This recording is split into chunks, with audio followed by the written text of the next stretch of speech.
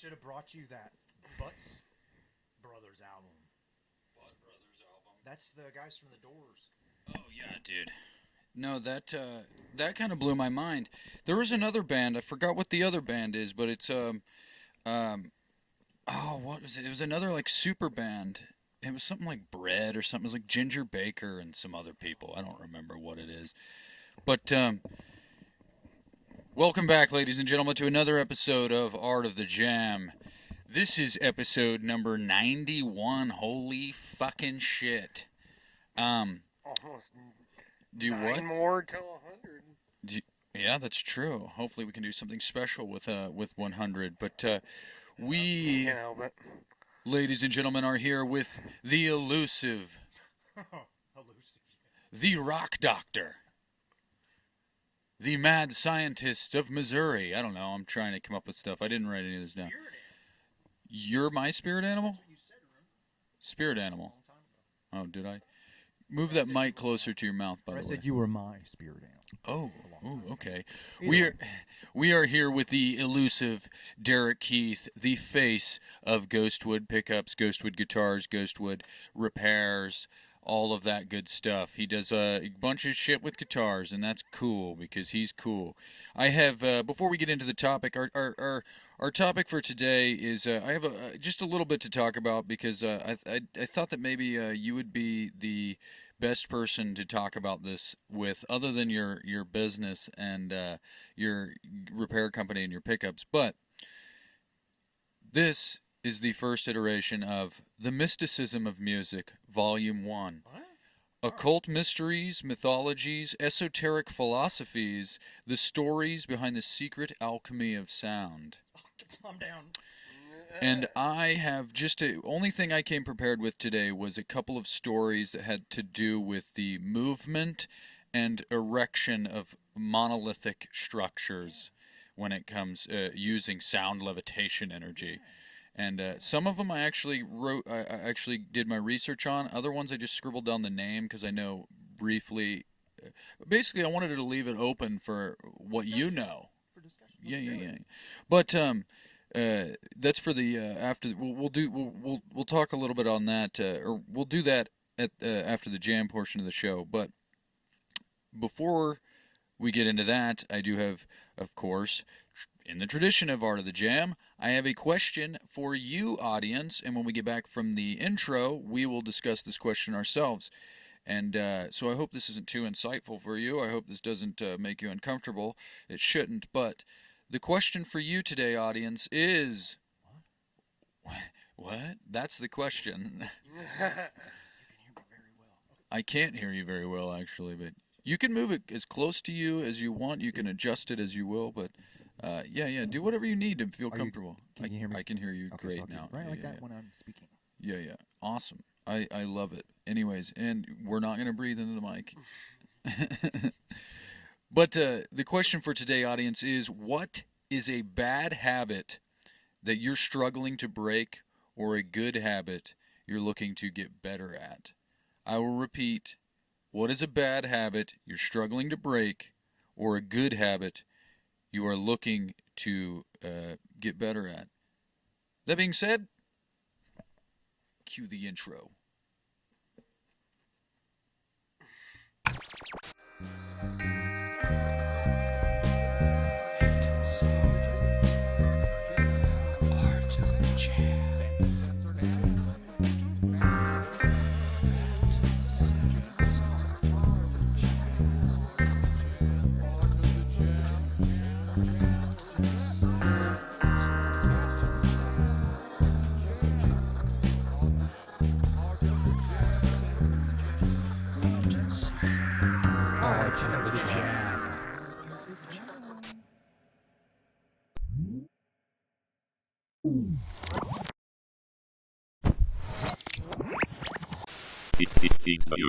So we've been back, actually. We've actually been back for a minute. I want to see how uncomfortable you got.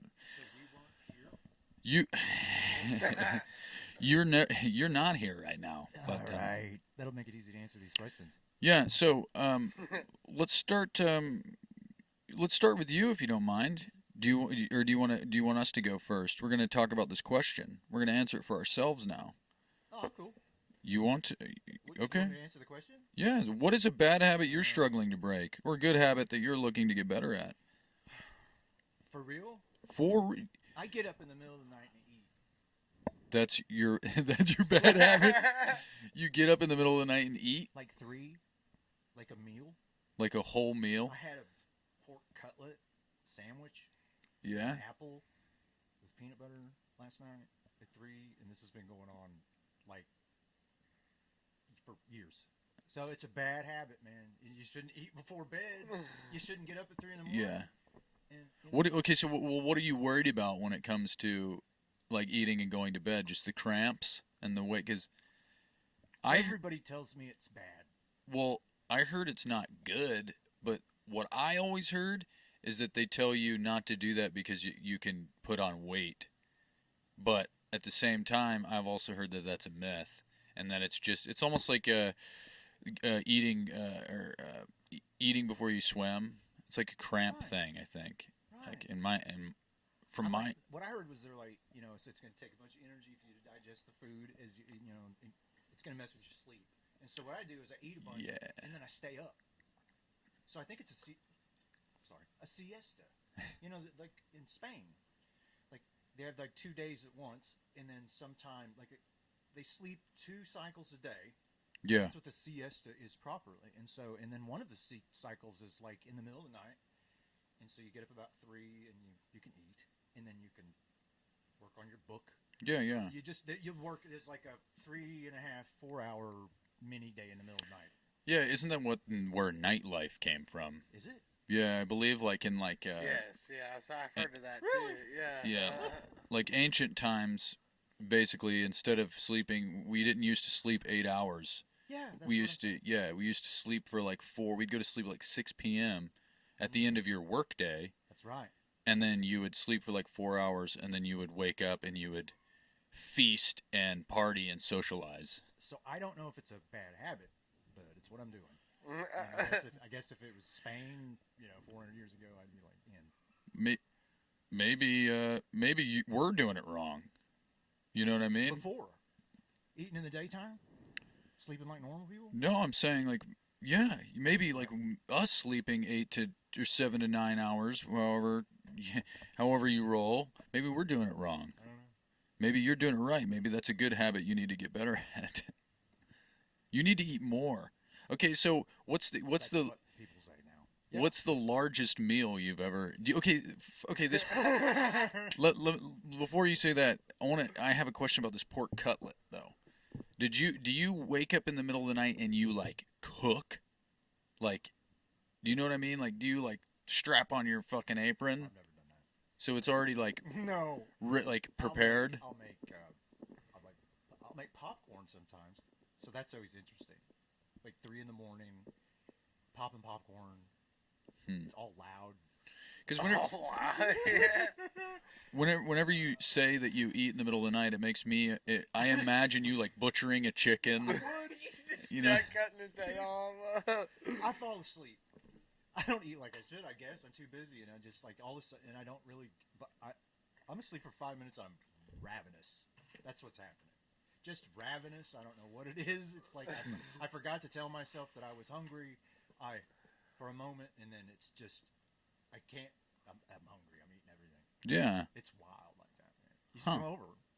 In the middle of the night? Barbecue. I'm gonna be. 3 o'clock in the morning, dude. That would be so funny. Honestly, that would be swell. I don't go to sleep till the sun is cresting the horizon. So every night, dude. Every night. My little cordial after my meal. Yeah. So maybe it's not a bad habit, but well, that's kind of like a neutral habit. I don't know, man. it's a habit. We're sure It's of that. So this is like a nightly thing then. Mm-hmm. Wow, that's crazy. Yeah, I made pork tenderloins. Did it real good. Made a bunch of them yesterday. Smoked some ribs. Like I seriously, I laid there for about 15 minutes going, like, don't do it. You know you're gonna do it. It's just hunger. And then I'm like, just get yourself an apple. Eat an apple with some peanut butter. And I'm like, my feet hit the floor. I had the ketchup on the bread. and that the tenderloin is going on. Oh, so you're going like it's like munchie mode. It's 900 calories for openers.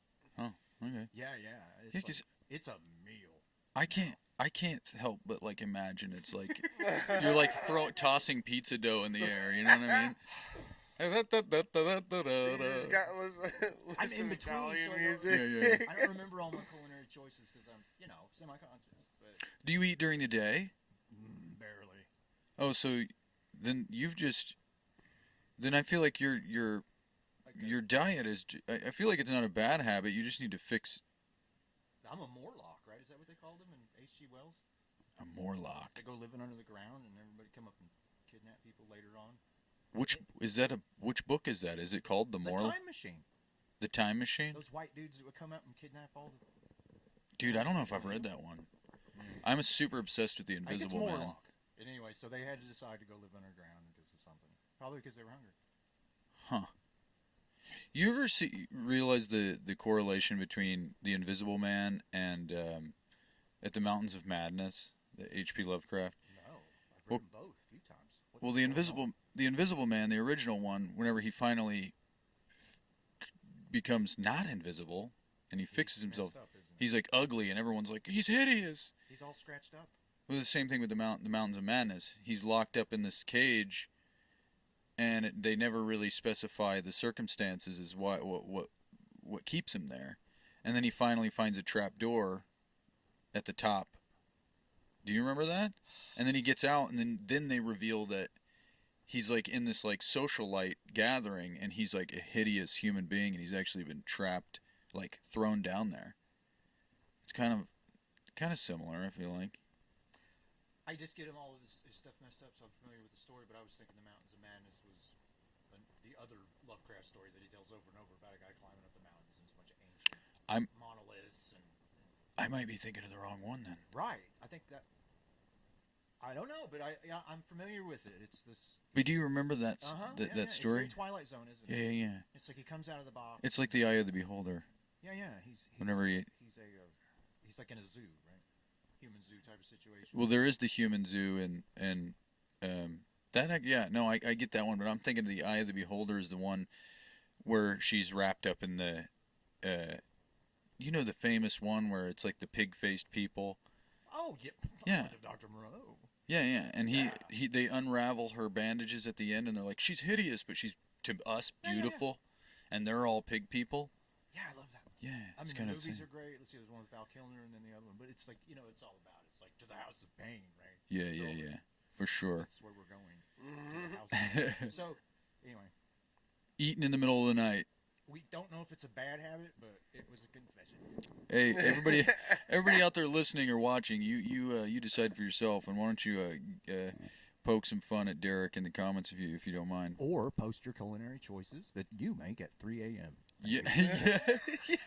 We get in the comments on there. Yeah. If you don't like what I'm eating at 3, I want to know. Yeah, comment with recipes. That's brilliant. Space Camp, what's me and you have talked a lot about past bad habits and things that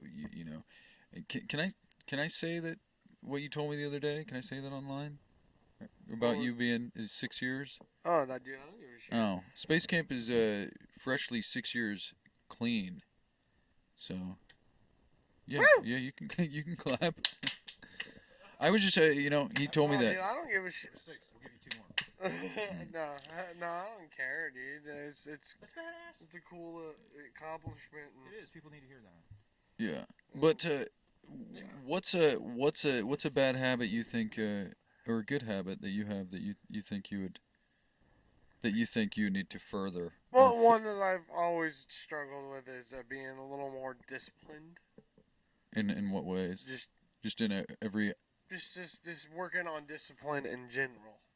You know what I mean? Yeah. Like just say, like in the mornings, it's sometimes, and I don't want to fucking get up and go to work. So I gotta yell at myself, get up and go to fucking work. you know, kind of type shit. It's like, I don't want to have to, I want to just get up, you know? You want to be a go-getter. Yeah, I just want to, might as well just do it, get it over with kind of type shit. Absurd Bird's a real go-getter. I just plugged my band. Thank you. Catfish, yeah, okay. Catfish bisque. Absurd bird is a real go-getter. Absurd bird is a real go-getter. You have such a way with words, Derek. That's what Marcus says. I mean, anything to add? No. That's it? You just want to be a disciplined little bitch? I'm just kidding. No. I don't know why I said that. Well, I just I can work on pretty much everything, honestly. Because there's always room for improvement, no matter what it is. All encompassing. Yeah. I'll tell you my big thing that I've been trying to work on lately is like whenever you like this sounds terrible, but it's like a lot of people nowadays are just they're waiting to reply. They're not actually listening. You know what I mean? I've noticed this. Yeah, that's a big thing in Can I society. say something? Yeah, for sure. Yeah. I see what you're doing. Oh, no, I'm good. I'm gritting my teeth over it, but no, I'm trying to.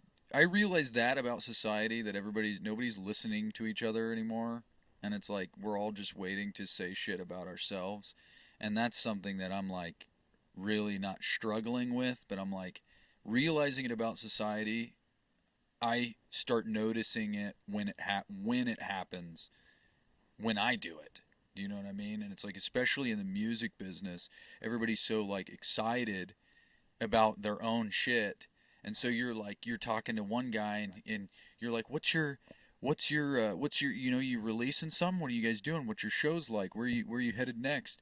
And then you're just like, you realize like you kind of just want to be like, oh, you're going to that place? Like, I'm going to that place, or I'm going to this place next, and you're not really engaging in what they're doing. And I just want to care. You're good, dude. But I just am trying to focus on really paying attention to other people, it's hard when you're stressed and busy and... Well, nothing tongue-in-cheek, because you know me, that's about all it is. But I'll tell you something. Sure. You put yourself in the middle of, for example, this podcast, and you have all of these guests. Well, you do, and you see, I mean, you're in the middle of it, but it's about everybody else. Yeah. And I'm just saying, that's, I think, how it works. Yeah. There's something, self-promotion is an odd thing. Yeah. Isn't it? Like, do we have to do it? If we don't do it, will anybody know what we're up to? If you promote other people like you're doing, and you're friends with the bands on the road and the club owners, I mean, you just see it. It's like then everybody knows who you are. You didn't have to tell them. Right. Yeah. That's really... Honestly, I like that. Yeah. These pickups have taught me this, kind of, if that makes any sense. Yeah. As they go out, people hear them, people come back. I'm in the middle of something. Yeah. It's like in the middle of a circus. Or yeah. Like You're like carnival. Yeah. You're like the hub of a crossroad. And you are too, in your own way.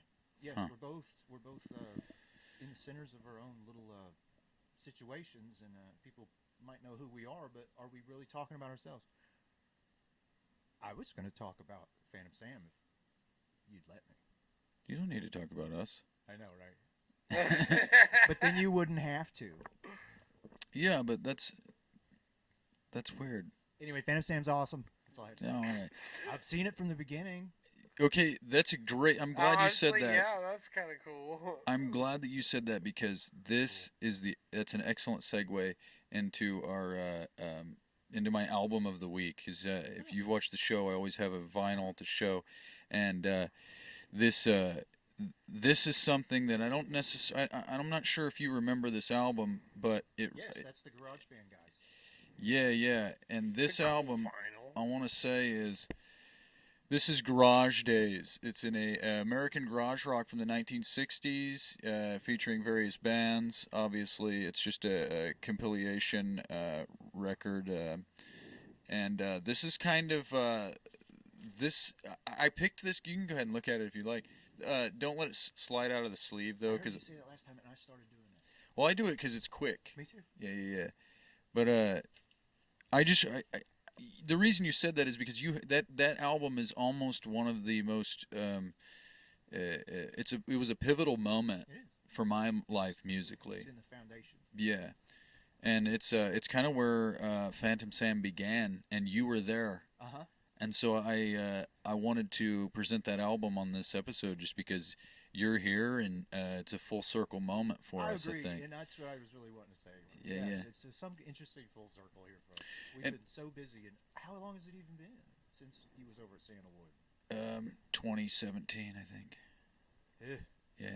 Anyway, we've been busy, right? Yeah, of course. I want to say something about this too, though. Go for it. This was very instrumental in your situation where you're at today, even with Phantom Sam, and the guitar tones on this. Yeah. These old rattly hand wound pickups that this thing is made out of is kind of what I've been chasing and caught. Well, shit. There you have it. So. Right? And that's why I wanted to borrow it not very long ago, was to kind of A-B it. Did I ever let you borrow it? No, but we listen to it a lot over there. Do you want to take it with you when you go? I will.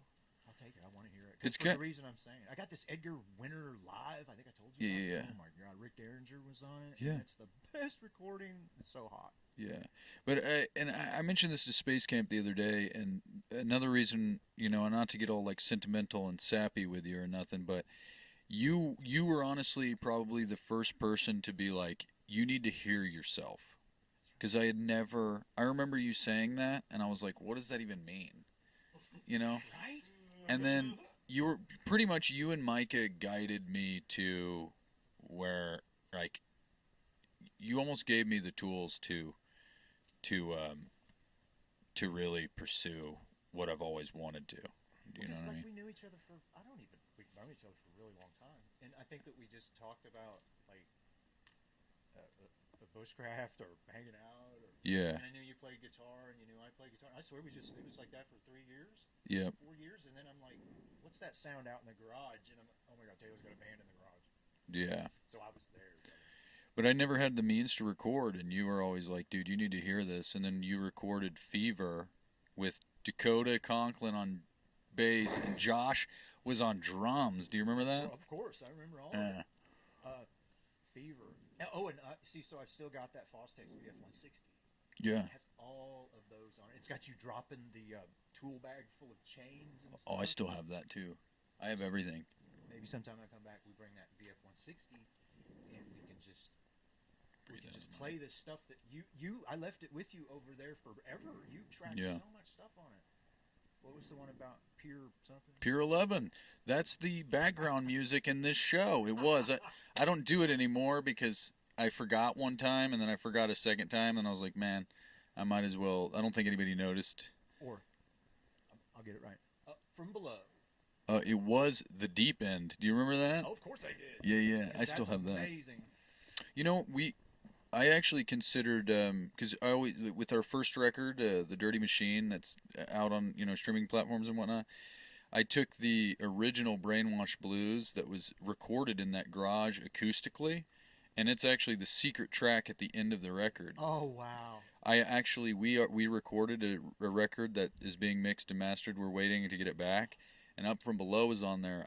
We were talking about we were talking about how to do that again, like make it a kind of a shtick, and I've actually considered just tacking that recording of The Deep End at the end of the record.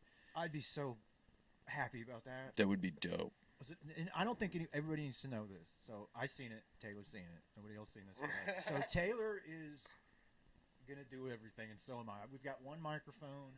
We've got all the amps kind of setting behind the drum kit, and your guitar's behind the drum kit, and then you're setting you put the organ part in later. Yes. You sit there. He's driving the kick. He's playing his guitar. There's hi-hat in it. I don't know what you're doing there. So Taylor is playing the guitar, and we're just doing it like stomp style. You know what? I play drums, but I don't think about that hi-hat pedal. I'm not like that. Yeah, dude. So yes, you were using the pedal on the hi-hat to get it. But yes, it's amazing. So if you ever hear Deep End, listen, that's Taylor playing the guitar and the drums at the same time, and then later we do the overdub. There's like a huge strike in the song, like whenever like your bass line starts coming in, and it kind of like I kind of dynamically shift down, and you come up, and then there's a big strike, and I remember I hit my guitar with the drumstick. I don't know if it was on purpose or accident, but it hit that open E chord, and it just it was one of my favorite parts of that. There's a lot of that. That whole track is magical. You rake your fingernails across up by the bridge. Yeah. And I heard that, and that's in there too. Yeah. It starts with that, and I'm like, so in like a lot of things that you've totally infected me with, like just jumpy types of rhythms. Yeah. Oh man, you'll hear that, cring, and then the kill switch all the time. Yeah. I'm just like, oh, and by the way, let's say this too. So Taylor gets a hold of me. What's a kill switch? Right? Yeah. That was your idea. Yeah. And so, well, anyway, it's over here. There's a kill switch in everything I got now, and Taylor asked me to do it for the very first time. We killing it all, dog. We killed them all. Was your guitar the original kill switch? Yep. I mean that he That built. he made? Yeah. Oh, I that's believe, cool. right? Yeah. Yeah. You asked me, and everything, and so it's over here. As a matter of fact, can I get the Esquire for a second? Yeah. All right, check it out. Just don't trip over anything. Yes, this switch is the same as his switch. They were both ordered at the same time. Shane. Right? So yes, I installed it. Microphone. I installed it in Taylor's guitar, and then I went ahead and I put my own in immediately. And if anybody wants to know what a momentary switch is, Dude, that's got to be way easier right there, being that close. it's different. I'm so used to it being up. Well, Taylor uses his thumb a lot. Yeah. He picks with his thumb, so you're on it. I can't even tell you. I don't even know if I use my thumb for it. No, usually. Oh yeah, I do it like this. Do you? Yeah, because I realized it was like to hit your thumb. It's like it's a more precise point of contact, and it's like I can just slap it. But Do you think many guitar players watch the show? I mean, I don't know. I honestly don't really think about who watches the show. I just kind of like hope that people watch it in general. So Yeah. But Buckethead's probably not watching it. I mean, But that would be awesome. Well, anyway, Buckethead uses kill switches, and you can get one right here. Whatever. yeah. This is a perfect You're full of these segues for me. You're really teeing it up for me right here. I have it. Yesterday he was bombing. Yeah, I was bombing because my dad thinks I'm funny, but your dad I don't think was dealing with my bullshit. But He doesn't. He barely deals with mine. but yeah, just put that over here too because I want some as well. I have a new segment of the show that I made up last night, and so I don't know how this is going to go. Okay. But it's more so just a question, right? But it has to do with your guitar pickups. Oh. Okay, but I call this segment Phantom Sam and the Sages of the Sixth String. Okay? Only reason I wrote it down is because it sounded cool to me. I didn't know what it was going to be. If I hear something cool, sometimes stuff happens. So what you got? But I wanted to ask you if you could give your pickups. Oh, thanks, dude. No. That was amazing. If you could give your pickups to any guitar player, live or dead, who would it be and who would benefit from it tonally, do you think? Do you understand the question? I've got a secret, and I don't think he'd mind if I tell it. And it only went as far as it did. And there's a very famous bass player who's like the consummate gentleman, and he will talk to everybody. Okay, do you remember Yankee Rose? Do you remember David Lee Roth's band? Do you remember that? Do you You see Even David Lee- Smile? Wait, what band? The David Lee Roth band with Billy Sheehan and Greg Bissonette and Steve Vai. When David Vaguely. Lee Roth met, well, they did that song Yankee Rose, which had like the guitar talking. Yeah. Probably not ringing a bell, huh? Billy Sheehan was in this. Anyway, so Billy Sheehan is a bass player. It's just, I don't know what you'd say. He's elevated beyond the skill level of anything that's ever existed. Right now, he's two-hand tapping. Well, like Stanley Jordan. You know Stanley Jordan? Oh my gosh, so much. He's so high energy. But yes, it's the Stanley Jordan technique that pioneered with the chord tapping. But no, this dude will come down like this and just tap out entire chords and drag them. It's scalloped, and his frets are scalloped. But anyway, here's the thing, right? So he's really friendly, and he lives in Nashville now. Yeah. He came off the tour with Mr. Big, and he'll talk to anybody. I'm not special. But anyway, he buys a 1967, and he didn't know what it was. It was a Japanese bass, and he bought it for $150 at a big music store in Nashville. And he takes it home, and on the way out, he's holding it. They didn't know what it was at the music store, and it was like $150. And so he comes back, and you kind of know me, right? And I'm like, it doesn't matter. And I'm like, no, I think I know what this is. So I kind of get on it, and I'm talking to him a little bit, and I had made up my mind. He says, I need to get a pickup for it. In public, I said, if you do, I'll rewind it. And he says, well, I'll have to find one first. And I'm like, I'll find one. So I did, right? So we could go to his page now, and he's rusted it out again. He works on it a little bit, and there it is. There's the pickup that I found him on eBay. I'd send him the link, and the pick guard, and the bridge, and the tuning key. So I'd found all of these vintage Japanese parts for Billy Sheehan. And but the kicker was, what would I do? What would I do with my pickup? Wow, I can't believe I remembered the question. That helps. Or who would you give the pickup to? I was going to find that pickup and rewind it and give it to him so he could put it in there. So I almost did give one of my pickups to a very person that I admire, and it was Billy Sheehan, but he didn't. Sheehan? Sheehan. Or like, yeah. I'm just trying to figure out how you're pronouncing it. Sheehan. I hope I didn't say Sheenan. I hope he ain't watching this. He is. He's the salt of the earth. But nobody knows. He's actually our top subscriber. Oh, gosh. Well, I don't know. I mean, we might want to think about that. I was just helping him, because he just needed help. I didn't tell anybody. I haven't told anybody. I told Micah. That's wild. Well, it's out in the open now. So. No, he's cream human kindness. That's an amazing man. That went way better than I imagined it would. I figured if I could hand wind a vintage Japanese pickup and give it to Billy Sheehan for his little project, that would just be badass, right? Yeah, that would. No, but anyway, so he's using the pickup that I helped him find. But you didn't wind it yourself. No.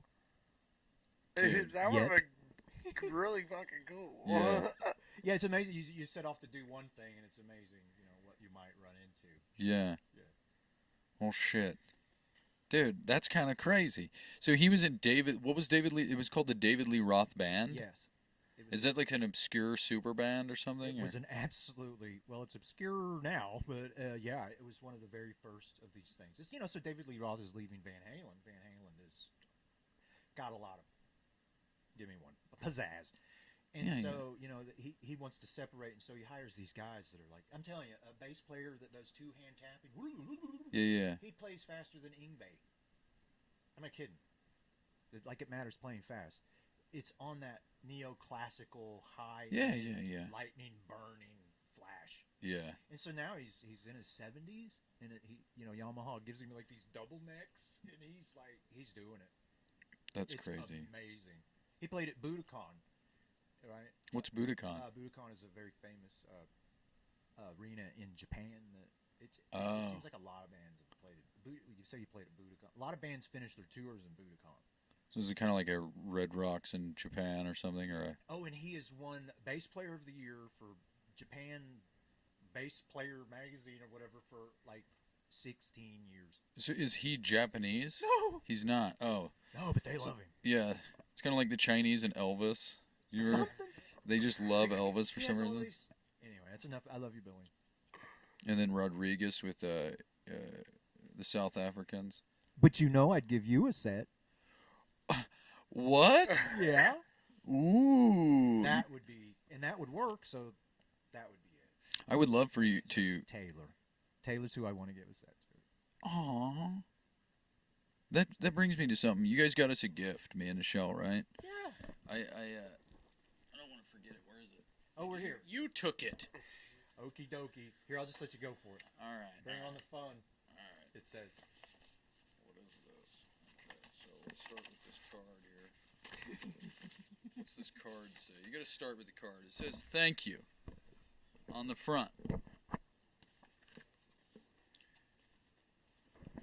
The nice things you do are always appreciated. Thank you so much for your thoughtfulness. Love, Micah and Derek. You crazy cats. I don't think they're cats. Well, they could. It's 2025. They can identify however they want. So. Okay, so one of those green things is for Space Camp because he didn't get a card. Oh. So first.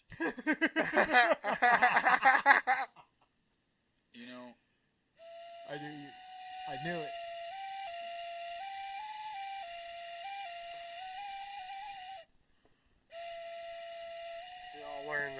Jurassic Park theme song. Motherfucker.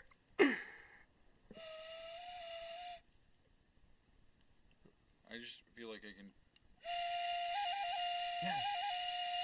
As the morning breeze blows across the Serengeti.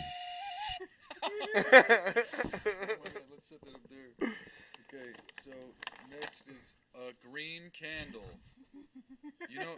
You know what's dope about this green candle is the basement flooded a couple days ago, and so there's like flies and mosquitoes around. I apologize.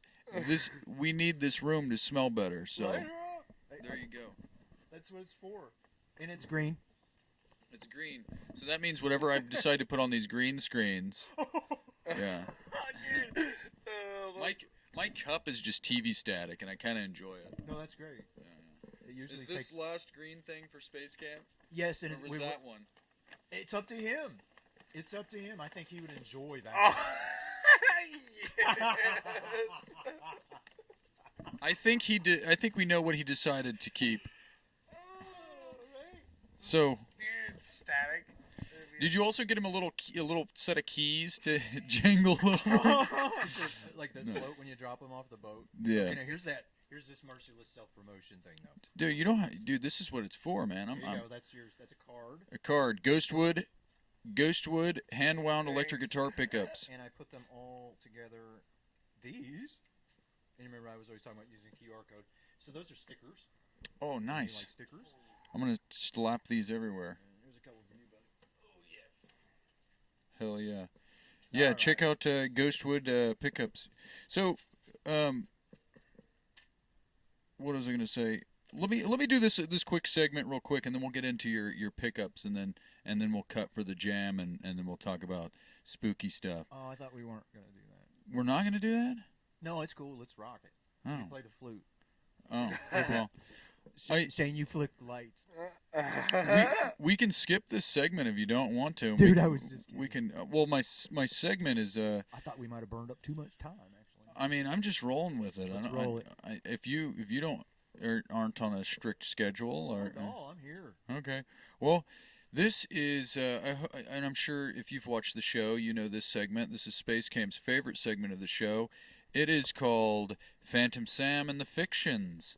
This is this segment of the show where over the course of the week, one or if not both of us will come up with a list of fictitious band names, and we will decide what genre of music they would play, what real-life band they would open for, or a bill, or their album, or something. You brought a list of fictitious band names, you fucker? That's actually fucking awesome. I do have one. You're gonna let me give one?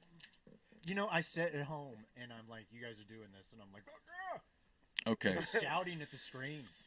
Okay, so Okay, but I won't. Space Camp, do you have any? You have one? Okay.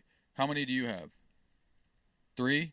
Okay, so I'll start. I'll do one, you do one. Okay.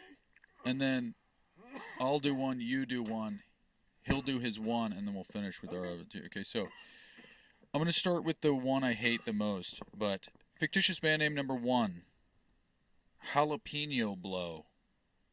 Oh. Dude, I'm not gonna lie. It sounds like a porn? Yeah. Really? That's a coked out mariachi band. Hell yes. Okay. So a coked out mariachi band. Or what'd you say? I don't know. They have all those weird guitars. Mariachi? Yeah, like the armadillo shell. Puppet? Marionette. That's a marionette, yeah. Marriott, that's the hotel. Marriott is a hotel. Marionette is a puppet. Mariachi is the that band coked out. Yeah, a drug-addled mariachi band. I think we nailed that one down what was immediately. The name? No, Jalapeno Blow. Yes, of course. Guess I want to tell you something. One of those words is in one of my titles. Oh hell yeah! The backstory behind that one, I'm pretty sure, was like I was talking about like eating way too many jalapenos. So it was like the last killing blow. The last jalapeno blow, or something stupid like that, and so that's where that came from. What's your first fictitious band name? Seeing Eye Monkey. Seeing Eye Monkey. Seeing Eye. For some reason, that gives me Asian vibes. I don't know why. It might just because all I'm listening to is Asian music lately. But Seeing Eye Monkey. Yeah, I feel like it's like a... It's got to be like Thai beat or something, you know what I mean? I couldn't come up with nothing as far as what it would be other than practical in certain circumstances that you might need a seeing eye monkey. Oh, shit. Well, I mean, if they don't let the dog in. And so you're right, it could be in Asia. I mean, this could be a thing. Oh my God. Seeing Eye Monkey. Yeah, because I mean, it also sounds like a Shaolin stance. You know what I mean? I don't know why. yeah. See. Yeah. Seeing Eye Monkey. So anyway, no real definition for me on seeing eye monkey. Lead singer is a sumo, though. Right? Or no, the bass player. You always got to have the big bass player. I feel like bass players are either super skinny or super fat. They are. I might be wrong.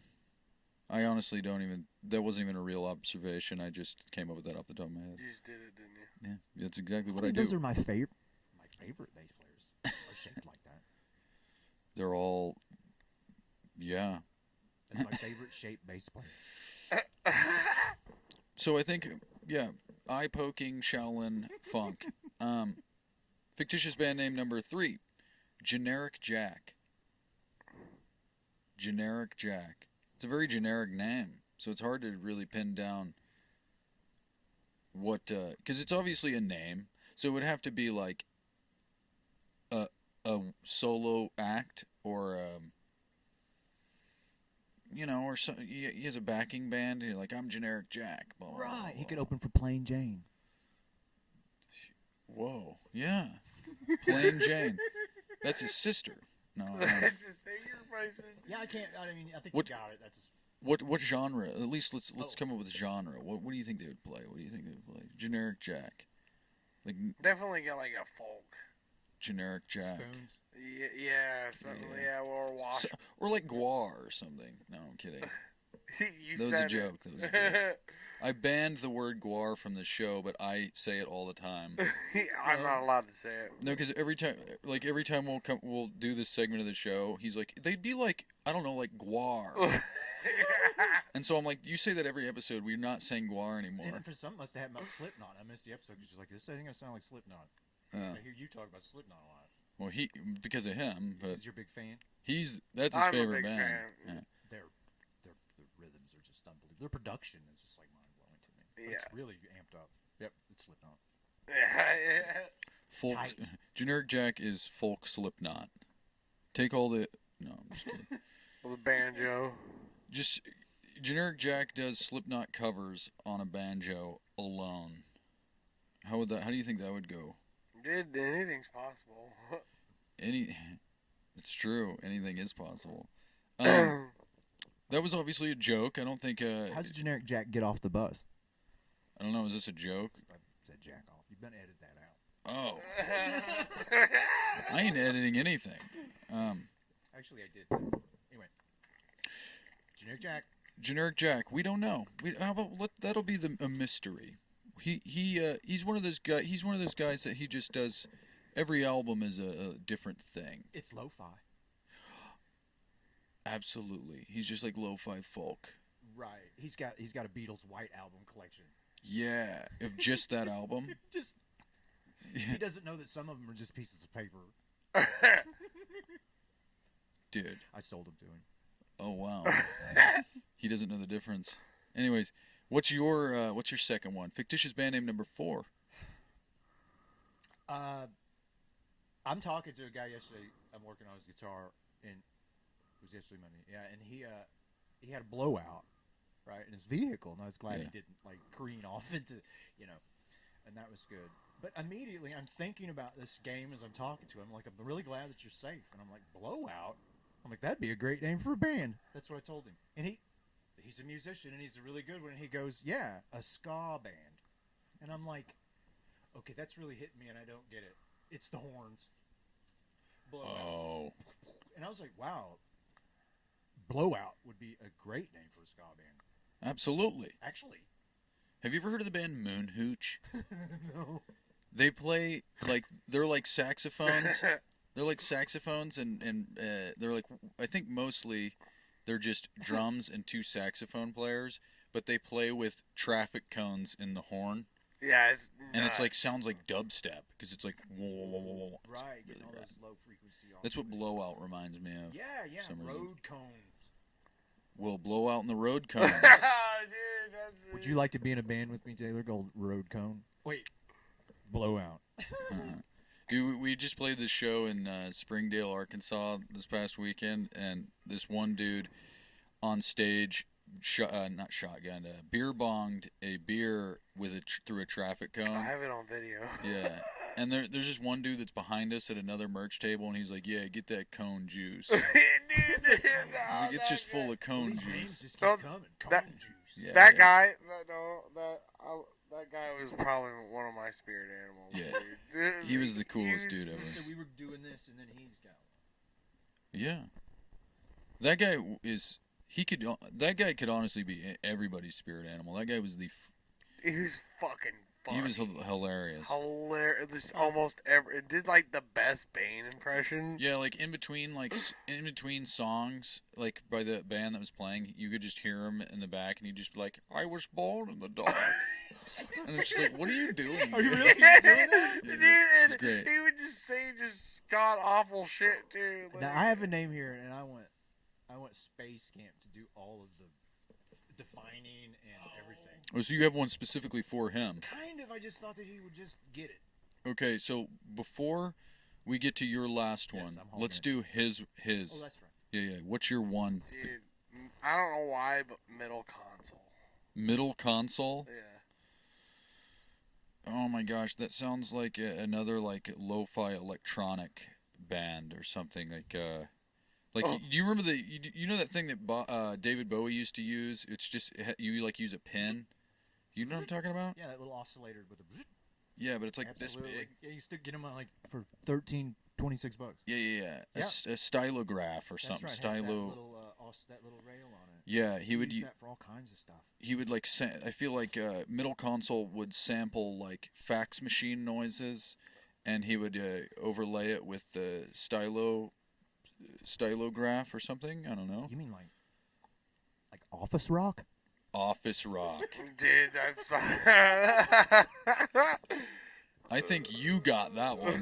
Sample, but no, I'm ripping off you. Sampling fax machines? Yeah, But just it's That's Office Rock. You can have Office Techno even.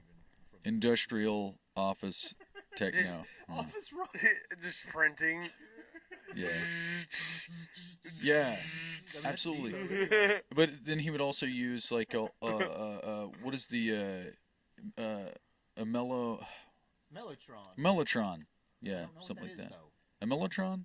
It's the actual first technology that they sampling was first We used have in. talked about this. That's Yeah, right. it's the flutes in Strawberry Fields Forever. Yes. That's a mellotron. Yeah. Yeah. It's not even actually flutes. I lost the brain cells that had this. Yeah, memory. it's a flute sample, and they're on these little tapes, so you can sustain a note, but it'll eventually fizzle out and stop because there's little tapes that reset in there. Oh wow. It's fucking cool. They actually have a digital version of them now, but I honestly, Wow, so it's like a pad. It's just continuously running, and then you press the key, and then you hear the sound. yeah, and then the tape strings down, and then it eventually stops and fizzles out, and it's like, and then when you release, it feeds it right back up, and then starts again. If you loaded it with fax machines, it wouldn't be a Mellotron anymore. Yeah. It wouldn't be mellow. No, that's true. So I think we nailed that one. Okay, so I'll go ahead and give my last one, and we'll end with Space Camps. But my last fictitious band name is Stray Change Jesus. Can I give my backstory to this? Please. Okay, so Lumo from Mooncaller, we were playing a show, and our friend Lumo from another band in Kansas City, he was like, I like to sacrifice my good luck, or I like to sacrifice my luck by taking a tails up penny that's on the ground and flip it heads up for somebody else to find so that they can have good luck. Oh, that's And then- fucking- What is this guy doing? I don't know, but then I was thinking about it. Wizard. Like 2 weeks later, Yeah. After he told me this, though, like 2 weeks later, I was working out. I was on my exercise bike, and I was thinking about it for some reason. I was like, man, he's kind of like a stray change Jesus. Why? Like he's like the Messiah of stray change. Of pockets with holes in it. Loose Change Messiah is a cool band name too. It is. I was trying to better. Loose Change Messiah. Same vibe though. Same vibe. What do you think they would play? That's some 90s band. That's like 97 something. Straight Change Jesus. Why does it make me think about it? Like, I feel like it'd be Jesus and the Mary Chain or something. That's older. Yeah. I'm with you. I'm with you. Like a 90s. Like not really like Counting Crows. Like Rusted Root. Oh. Like that. Oh. Like there's world influences. Yeah, Rusted yeah. Root's got a lot of percussion, right? Yeah. Yes. Oh, that'd be great. It'd be like Wheatus and it'd be like no, I'm just kidding, not Wheatus. I'm just a teenage dirtbag baby. No, He's a teenage baby. but something like that. So, yeah, I think that'd be like almost like a Rusted Root type of vibe. But Spare Change. Spare Change Jesus. Jesus, dude. Oh yeah. Below the equator. Yeah. Down Okay, that so Spare change, Jesus. Okay, I got the one though. I got the one more. all right, so our last fictitious band name is From Derek to Space Camp specifically. So let's hear it. HTM Elvis. I did an EDM Elvis, but here's a stick. Here's the HTM Elvis. Here's an only EDM songs of Elvis. This is songs. That's it. Ooh, it's like Moon 8. Have you ever heard of Moon 8? It's a band that only did, or it's an album of Dark Side of the Moon, but all in 8-bit. Whoa. Yeah, it's called Moon 8. Whoa. No, I haven't heard it. Flaming Lips covered Dark Side of the Moon. It's amazing. Yeah. Dude, Sure. there's a band that called Doom Side of the Moon, and they do like doom metal like style. Well, I just was so excited to hear myself talk. I talk over Shane. That's what we were saying earlier. You bastard. I know. You can mute that out. Or turn me up. Okay, so I actually did have an idea for HTML Elvis because the code HTML. And look at how we don't even have the E. It's HTML Elvis. So I'm like, this is dark Elvis. Mike. Oh, this is like dark Elvis, sorry. like from The Matrix. Like we got Yeah. the falling code, and then we have like black, dark Agent Smith. Like almost like Elvis. Nega Elvis. Negative Elvis inside the Matrix. Dude. Elvis.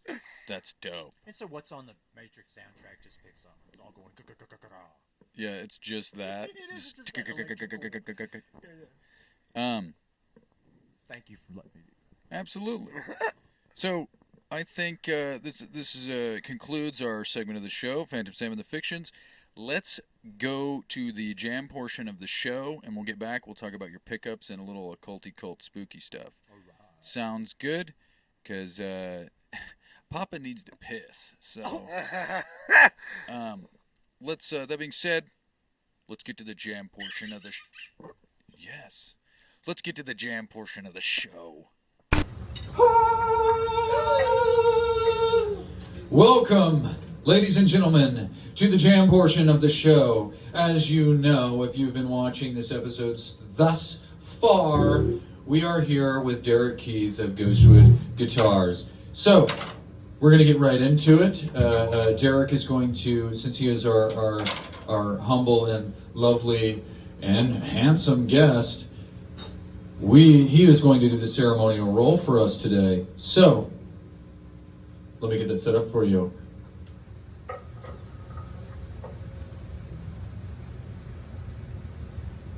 Will it be able to see my hands? Should be. Oh man. Well, actually, no. I'm just kidding. My mom bought me this. Ooh, that's nice. It is. She bought it in Mexico from. Open your hand. So, This is straight up Dozen Dragons nice on me as well. as you guys may know, real quick, try not to bump that camera because it was perfectly lined up. But yeah, you didn't. I was just saying. We have him rolling the dice. Normally, I give the explanation that me and Space Camp are having opposite dice, but we have keys of music, qualities of music, the time signature, and the accent beat. So, Space Camp, why don't you give him a drum roll? All one. 3, 2, wait. Recording. 3, 2, 1. That's the one, isn't it? It's the detective chord. We got the detective chord. Holy shit. And it's the one. And it's the one. G sharp. No, I did it in A. These aren't really classes. They're just Those aren't like they don't have any mandolin. They're in here. All right. Well, you interpret it, Taylor. So, I can't even read. It's beautiful. It's beautiful. There's some history. So So I don't know what I'll do with that chord on bass. our role for today, we have the key of G sharp. We have a quality of diminished, aka the detective chord. We have a time signature of 3/4. We have a fuck up too. It's all right. It goes back in. Oh, It's oh. already I used to date chords like that. I will repeat. Well, actually, I didn't even finish with the accent now, but I'll just go ahead and start over. We have the key of G sharp, a quality of diminished, aka the detective chord. We have a time signature of 3/4 with an accent on the 1, 2, 3, 4, 5, 6. On the 3. We have an accent on the 3. 1, 2, 3. 1, 2, 3. G sharp. Accent on 3. Spooky. At least I'm familiar with it. So that makes it easy. It's the waltz. Yeah. Oh, did you say it's 3/4? Yeah. Now we So I can play kind of 4/4 worked this and I'll one sing out, all so it's this one's I'm just kidding. definitely an easier one than the last fucking two. Jesus. Okay, so I will repeat. Key of G sharp, diminished is the quality, 3/4 is the time signature with an accent on the 3. Space Camp, let me figure out G sharp here. So do you want to do this relative or do you want to do this the real way? Because G sharp would technically be. So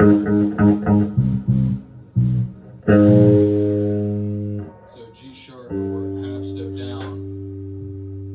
You know what I'm saying? You make chords better. What's G sharp is? There. There's my G.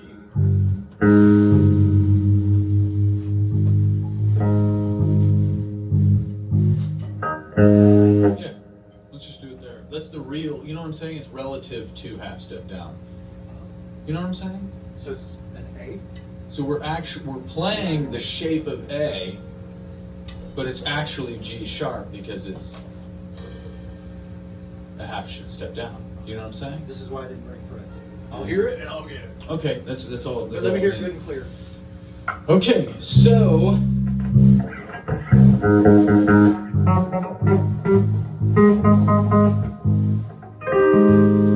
long way.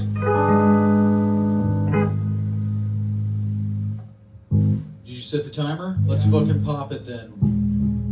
1, 2, 3, 1, 2, 3.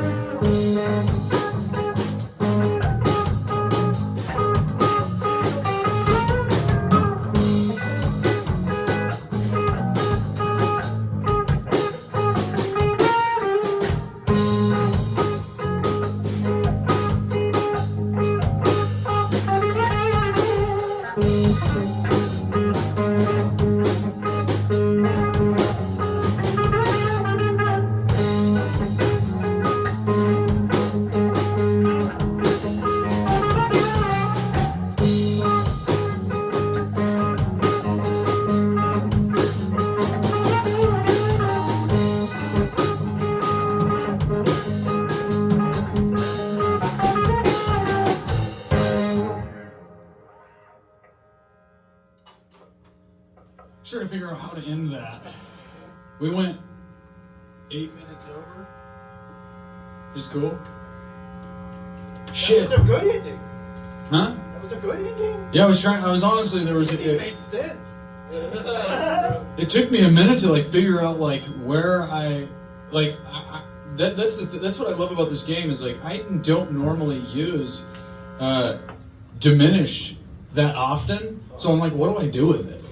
And so I'm like, I think that's what's great about the show is like I'm exploring on what to use with it. We totally veered off. So we started in 3/4 and it was great, but I think we totally veered off, but it was great.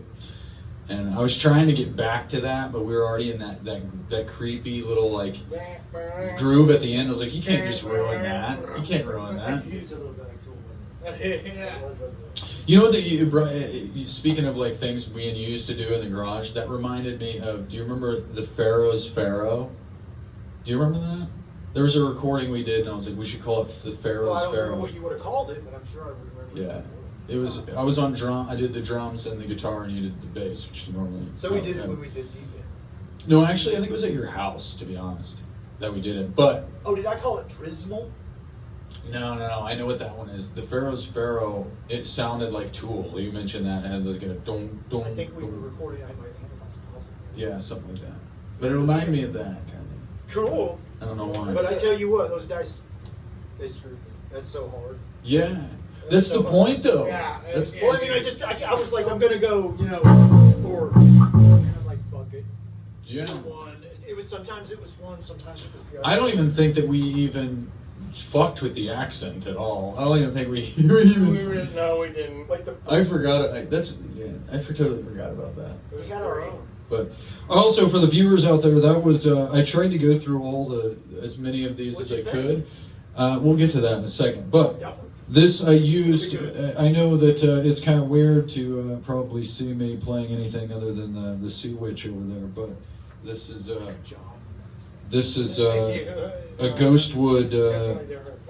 Ghostwood creation with his pickups in it. So I hope that was accurate at all. But I'm going to be honest. Yeah, I think I want one of these pickups. It's strange because the only thing that throws me off is the space of like the actual like not the electronics of it. The electronics were great. Like I think I see what you mean whenever it is way more responsive to how you like to especially for like fingers. It's like it's a very. I bet more even with your fingers. Yeah. Well, I mean, I got one right here. We couldn't hear it in the jam, but Yeah. yeah, fingers on it. Like, listen to this thing now. Yeah, of course. You'll hear it. Oh, are we recording? Yeah, go ahead.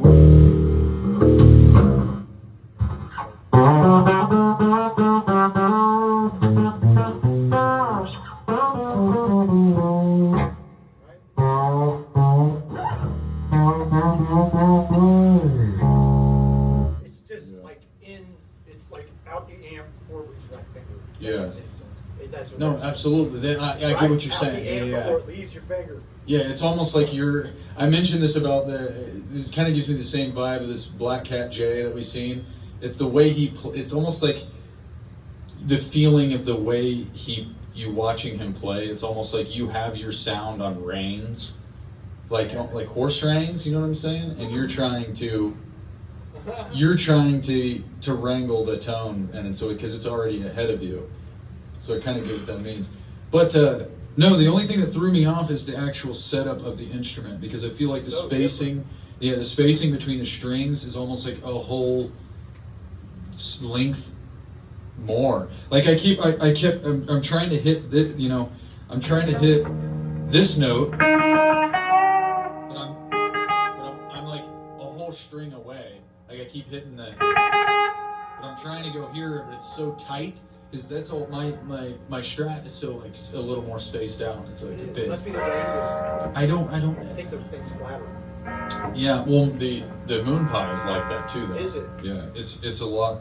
It's kind of, it makes it easier, but it's like the fight of it is kind of part of the vibe. You're so finger picky that I can imagine you like a certain kind of radius and you really get used to it. Because of the angle of your fingers. if I were to even play with I struggle to play with the moon pie, the white strap, because of that. It's the neck. But yeah. It's definitely the neck. It's all about the neck for me, anyway. But it's the pickups, though. Yeah, dude. I really want you to put one in the neck of the moon pie, and I want to see how it works and how I like it. And then if I do like it, I'll buy one from you for the black one. Because okay, yeah, we'll do that. I dig it. I would put it straight into the back, but anyway. I don't know. Well, because you said you were going to give me one, but if I get a second one, I'm not going to be like, give me another one. I'm going to just buy one. There were three. There were three I was giving you because you have a strap. Oh. Well, there you have it, folks. Anyways. You need a new guitar. I don't. You don't say that. But anyways. I mean, they do. They need a new guitar with a new set of pickups. Everybody out there. Especially the non-guitar players. But anyways, guys, let's get back to the show. No, we'll do a little brief rundown of that when we get to the jam. But yeah, I intended you'd commented on this, Shane, one time, and I said you could have it. This is absolutely yours, and I envision it as percussion. that might be interesting, actually, Dude. to utilize. And Yeah, you could. but then we're gonna have to tote around an amp for you to use that as live show. Set and you can just. Well, I have an amp. Well, it's my amp, but yeah, you can use that. That actually, it's that old Line 6 I used to use. And it's perfect because it's got the digital That's what I'm effects saying. I up was front, like, I so have you that got a amp. tap delay and all kinds of madness. For sure.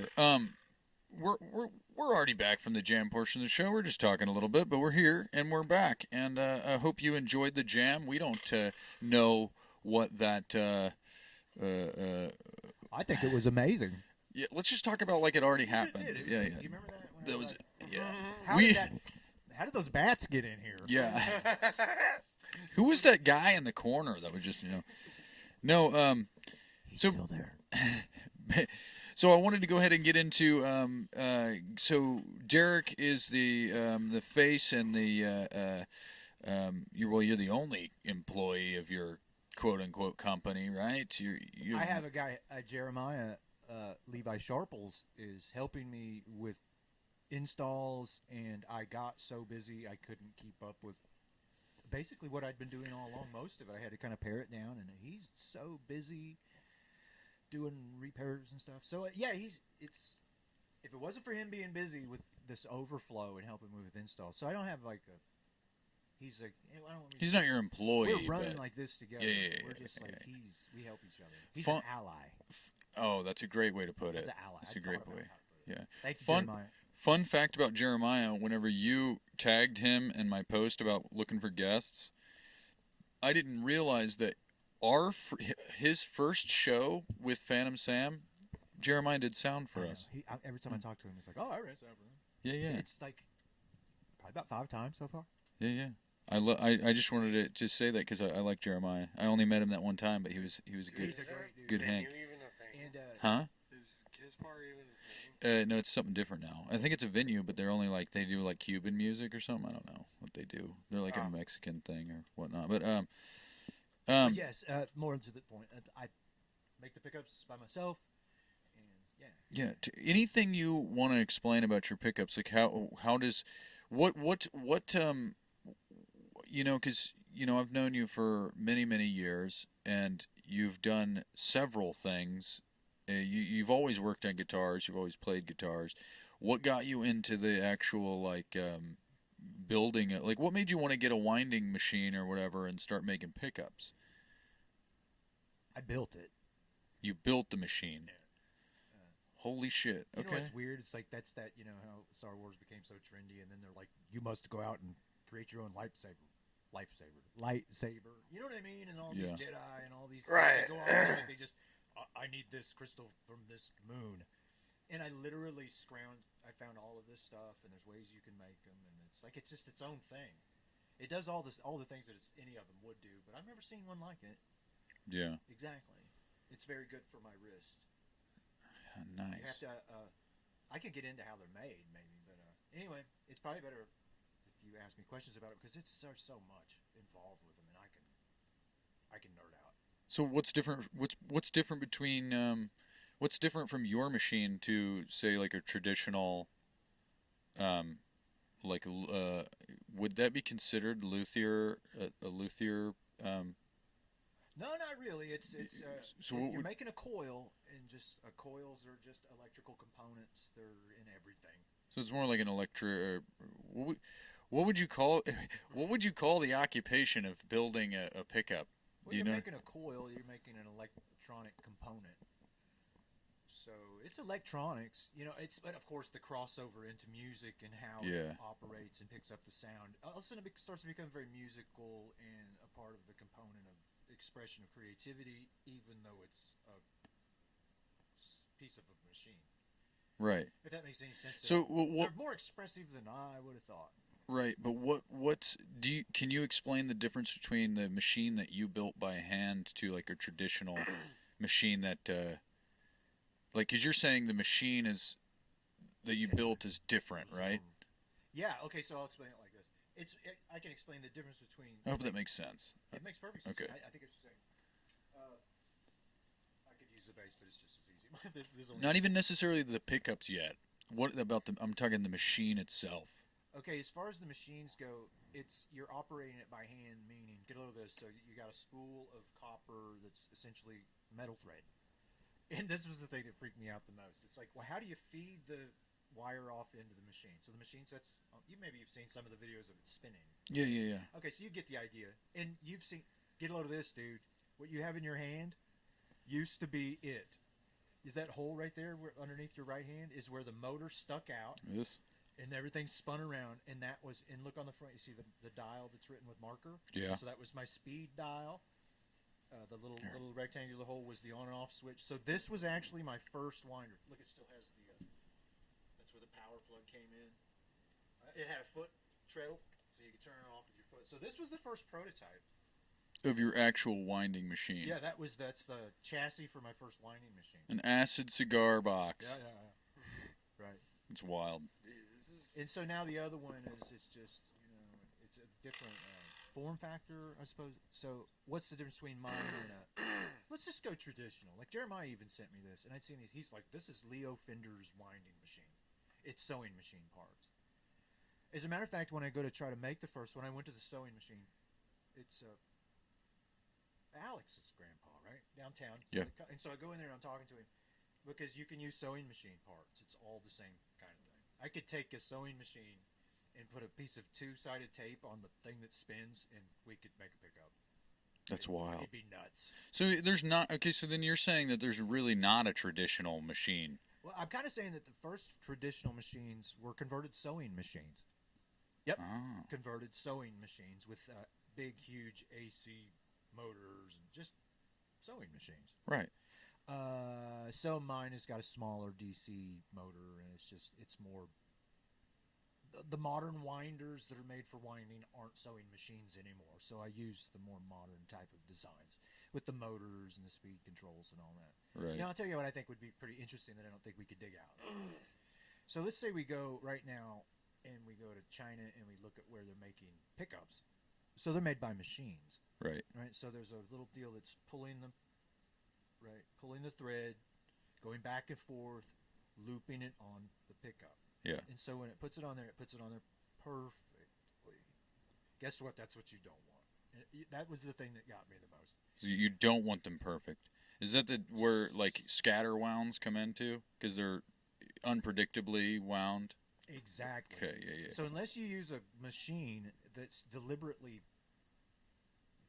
making a bad pickup, kind of, because it's so consistent. There's so much wrong with a factory-made pickup that I can't So what believe happens we if survived. it's all straight and neat? It has different characteristics. When we play them, I'll give you A brief we'll run. look at it like this. So when you strum, it's like, so the coil in the, if you want to disagree with me, do it in the comments, because this is crazy. So the coil in here and the magnet in here, even though it goes through the preamp and the amp and then it hits the speaker, that coil and magnet in the speaker are this thing more or less backwards. Got it? more or less the design of this, even though they're different from what's in the speaker driver, they're very close cousins. Yeah. So when this is loose and flexible and dynamic, and what I mean by that, what you'll hear is we go boom, and it comes back. The speaker is on your dynamics, if that makes any sense. So the very first thing you'll notice is when you dig in, you feel the push instantly, and you didn't know that there was a drag before. You didn't know, not latency like when you're recording digitally, but there is an appreciable dynamic sluggishness to most factory pickups. Like I had a really nice Fender in that I was looking at, and these aren't cheap pickups, but they're factory made. And so like down around the mid-range and the low end, when you're just like trying to push it, it stalled out, if that makes any sense. It didn't have any dynamics. But then right there, when you finish out your chord and you get into like the rich harmonics, it did. They danced right out of the speaker and came back on you. So they're designed for practicality like that. It's like it's going to sound better in most amps that it would ever get in factory pickups. They're just more consistent. I went on for a minute, didn't I? No, I wanted to hear every fucking second of that. Right. So now, you're saying, see, this is what gets me though, is in my head, a scatter wound and something that's the difference between. How do I say this? So a scatter wound is unpredictably wound, and technically you would say looser. Tightness and looseness are part of the process. Here, I'll just right. look. But question, so like a factory made one that's like super tight and not and wound perfectly, that would make me feel. That makes me immediately think that it would have more of a direct response. You know what I'm saying? Like something loose makes me think of a wobble. Yeah. But it's the opposite? Yeah. That's cool. Yeah, I didn't know that shit. It's almost like the looseness of the vamp. It's like in the dynamics of the music. It's like it's so similar to that, even though it's an electrical type of principle. If that makes sense. They're lively. It's like you can feel the rattliness. If that makes any sense. Yeah, yeah. Like I was trying to tell Micah, it's like Liz was like, you ever put on a set of clothes and then it's like, I hate it. Maybe the threads chewing into you, or the pants are wrong, and then you just like, oh, I just give myself. You dress comfortably, and then you're just like, and that feeling, the difference between the two feelings. Okay, I'm playing a factory pickup. My pants don't feel right. I feel a weird claustrophobia. I can't be as expressive, and you never notice it until you hear it. But your pickups, and I've listened to them a lot, are very good. And I'll tell you something great. This is the same pickup that came in this Esquire when I bought it. You rewound it. This is the factory pickup that I have used on 90% of the Catfish Bisque stuff, which sounded okay, didn't it? Yeah. Definitely never punchy and was definitely in the mix. But that's because it's an Esquire, and you don't get a lot of switches on single pickup guitars. So this thing's being squeezed and just hacked to get a lot of output. Like, for example, this position in the middle, it bypasses all this, and the pickup shoots straight to the amp. Yeah. That'll knock you down. Yeah. Woo! This is the pretty much the model of guitar that Steve Cropper used. Yes, it is. Yeah. Yes, this is the same kind of thing. Steve Cropper is guitarist of Booker T and the MGs. Yeah. Just for the record. So, but it can be described, but it's the hearing. Now, whenever you hear it, or when you just strum it, you strum this thing one time, and you'll know exactly what I mean. You'll feel like you went through it. You think I should use this for the jam? I couldn't believe you would even consider it. No, I was going to play it on the jam, but now I kind of want to just use it in the jam. Please. You think I should? What? Use his Esquire for the jam. If you want Please. to. Oh, dude. See, the thing is I've seen people. My father-in-law comes down and he buys a guitar. And you get them set up and then they're there, but then the person plays them and you might realize they got a heavier hand or something. Mm-hmm. It's like it's rattling. So he's got a heavier hand. Keep talking, but let me see it. Can I see it? You set the action really. Everybody wants low action. Everybody wants it to be just. Except for me, to be honest. That's right, and me too a little bit. And so that's in between. Those are probably 10s. But anyway, it's all rattling, and he's playing it, and this has happened over and over. And I'm like, may I see it? It's not set up. May I please fix it? They just keep going. They can't hear me. I've 4 or 5 people on their demo. So yes, please play it. There could be a reaction. If I do play this, you're gonna have to tune back to standard because this isn't standard. I already dropped it. I plugged in when you. Oh, you already dropped I did, this? I got it. Okay. Yep. I can't hear it because. You might have to go over it, but I took it down. I used your spork or whatever it is. Snark. Stark.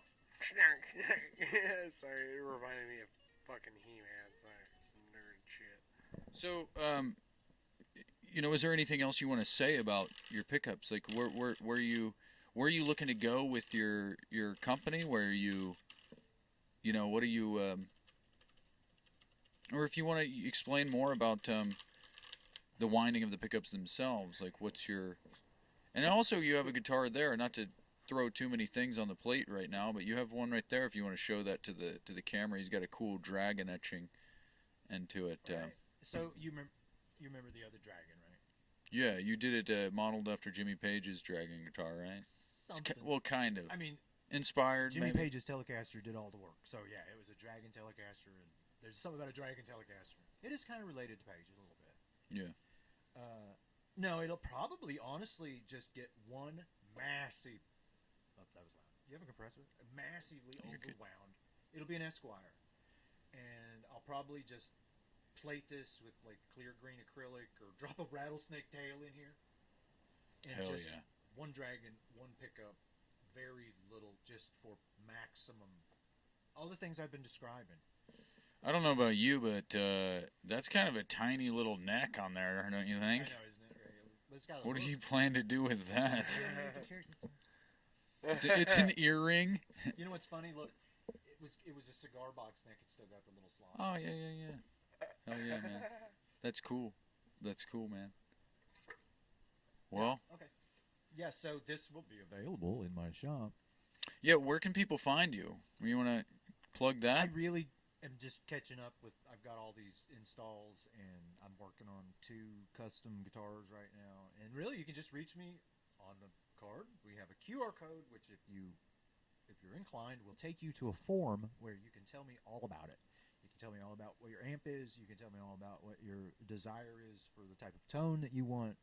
Because there's a lot. Oh, we was going to say a little bit about the process of making them. Yeah. This is Before you continue, though, I will put this little decal. I'll put that at the bottom of the screen so people can see that. Thank you. So, yeah, but go ahead. Like forever and over our faces. Every episode, right? That'll be the censor. Anytime anybody curses, it'll just be Ghostwood business card instead of the traditional. Yeah. Great. People curse all Instead the of time. the traditional phantom spam I put on there, but Okay, yeah, so go ahead. So we know what a P90 is, and a P90 Space Camp is a big fat single coil from the day before Stratocasters and stuff, and they sound really thick and rich and great, but they don't sound like Strat or Telecaster pickups. They sound brighter or clearer. So one, for example. Oh, go ahead. I was just going to say that because he'll know what this is. Alex Contreras from Tapeside, he has P90s in his J Mascis Jazz Master. He does, and they're just, and you know how they are. They're great. Like the Les Paul Jr., like if you ever listen to Mountain, Leslie West. Oh, yeah. Oh, my God, Leslie West. Can I tell you, I think about that guitar almost on a daily basis. Leslie West's guitar? No, the one you built that I gave you and you sold to somebody. I don't remember who you sold it to, but I wanted that so bad. What was it? It was the blue one that you cut up. Do you not remember that? I gave you an LP Junior. Oh, right. Where is that? And you put a P90 He in. said, "Where is that?" Because you were originally going to were going to sell it to Hildebrandt from Fat Mike. I know where it's at. Do you own it? No, West Selms. I think I gave it. Oh, yeah. I'll get that thing back. You're right. That thing was wild. It was a good guitar. Because I did your promo video, and I think about that. I have that video, so every now and again I'll see it in my hard drive, and I massacred that thing. It was so beat up. It's a sweet tone, though. I took the soldering iron and like stabbed it in the top and started rotating it, and that's how it got that big spiral. It looked like you'd set it on an oven. Oh, I remember. Among other things. That was but nothing like the smell of burning plywood. But you were saying P90s. Oh, move it. Yeah, the process of making. So when you're actually setting it and you're winding it, and then depending upon the magnet type and the size of the coil, like the shape of a P90 is different from the shape of a Tele. Yeah. That affects it. That affects how it's picking up the sound from the vibration. I couldn't really even tell you how. necessarily why the width and height. But either way, so we can say, oh, I want it to sound more or less like a P90, but it's a Telecaster. And so there's a couple things I can do. You know, mostly give it a lot bigger coil. Pay attention to when it's being wound. Pay attention to when it's tight and when it's not. That's very important. About the first third of the process, pretend you're the machine in China. You'll never be perfect. You'll always mess up and scatter. It doesn't matter. Try to do the first 2,000, because we're talking 5,000, 10,000 turns of copper, right? Yeah. And so pretty much in all cases, and that's how you're doing it. The first 2,000 are pretty tight and uniform. And now, depending upon what your objectives were with the tone, the scattering starts to occur, right? And you can consciously do it. And what that is like, say you track back and forth like this real quick. If you're looking at the bobbin, you can imagine what it's doing, right? Yeah. As it's wrapping and how far away those are, right? Yeah. Okay, so then we can just change the spacing of how far we're going back and forth. We could go halfway and then halfway and halfway and halfway, and then we're basically building two of these weaves. It's all the biases. You get what I mean? Yeah. So there's a point where it just gets a little nuts, where you stabilize the coil, make it nice and good and tight. That stabilizes the magnetic field, makes it a nice, powerful pickup. And at that point, like you want that garage rock stuff, we do the first 1,000 tight, and then we just don't care. We just loose and just madness. Like, come to find out, a lot of the pickups that were made by Fender were made by little Latino women, and they're literally just like, here's your training, and you go to work, and they're, you know, there was always in a hurry to go to their smoke break, and so there's Steve Cropper's pickup. They weren't using any machines to do the winding at Fender back then, right? So Steve Cropper's pickup was created by chain-smoking Latino women? There is a 42% chance. I love that statistic. And so there's really something about what you're doing where it's like, you know, we talk about art or science. Yeah. And there's such a blurred line. It's like, you better know, like, oh my God. And so which way's the magnet going? Which way's the coil going? How does this relate to this other coil that you do some things there? You created a humbucker. Right? Yeah. And things like that. Or why does the Strat go nasally in 2 and 4? It's the relationship between these two pickups. So I can make that quack like insane or almost not even there. Those types of things. Yeah. Like, you can be, I want a quacky quack. I want the biggest quack up there on Glass my quack. bridge and metal. Max quack. And I'll be like, you got max quack. And what that is one pickup is sanely organized, like a good citizen. And the other one's just mad as a hatter. And usually the middle pickup on a Strat, I'll generally just wind really loose.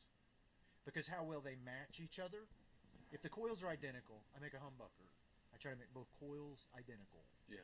Same wraps. Oh, and they wrap like this. That's the secret. And the little middle legs connect. Anyway, so they're almost perfect. I did one yesterday. 5,015 wraps each coil. Okay, but say we got a Strat. And the middle position, typically the neck and the middle and the Strat are wound almost the same. Right? Yeah.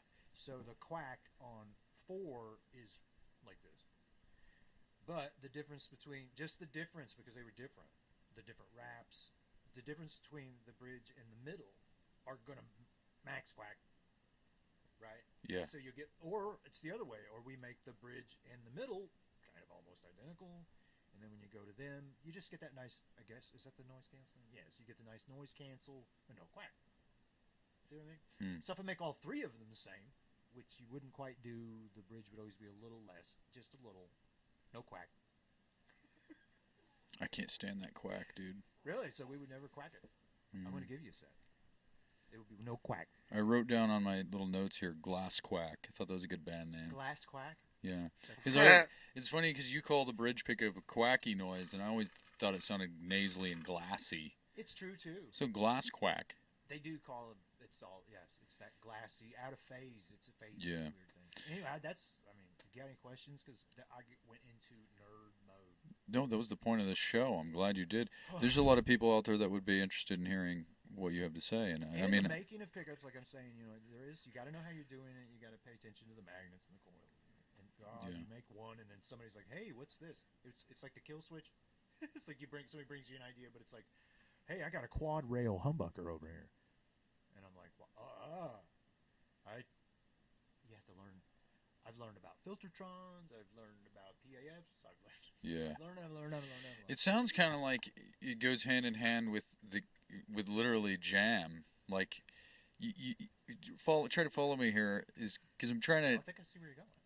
You know what I mean? It's like when it comes to like music theory and jamming, it's like music theory. I always think it's something you learn to forget about. Right. You know what I mean?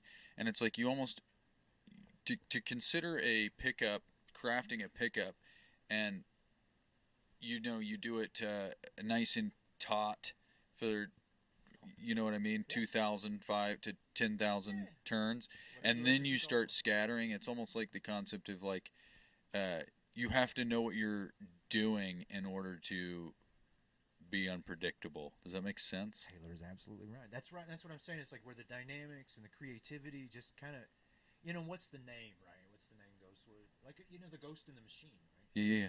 It's that. It's your spirit hits the wood. And that was just a cool name because I was fixing broken, what I thought were haunted guitars based upon things that were happening that were making me eat in the middle of the night. But Callback.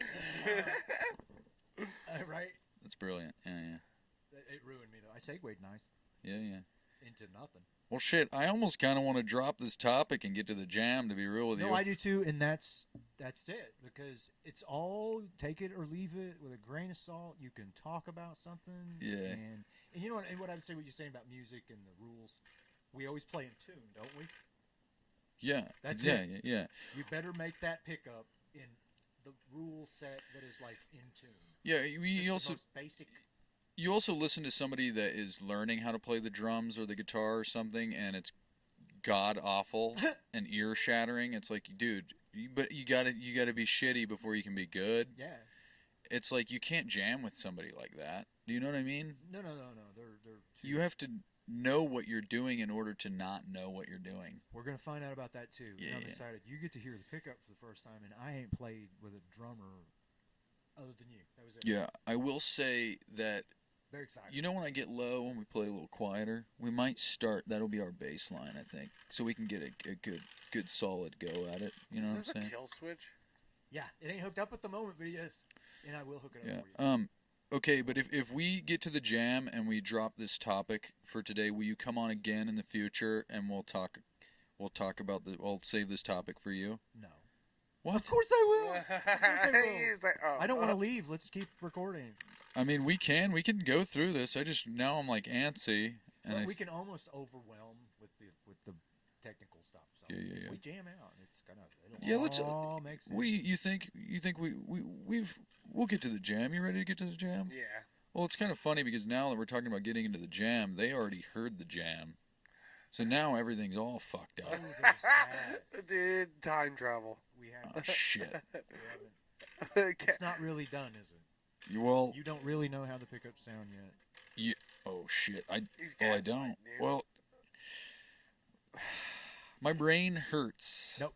We'll be back. No, yeah. That's your job.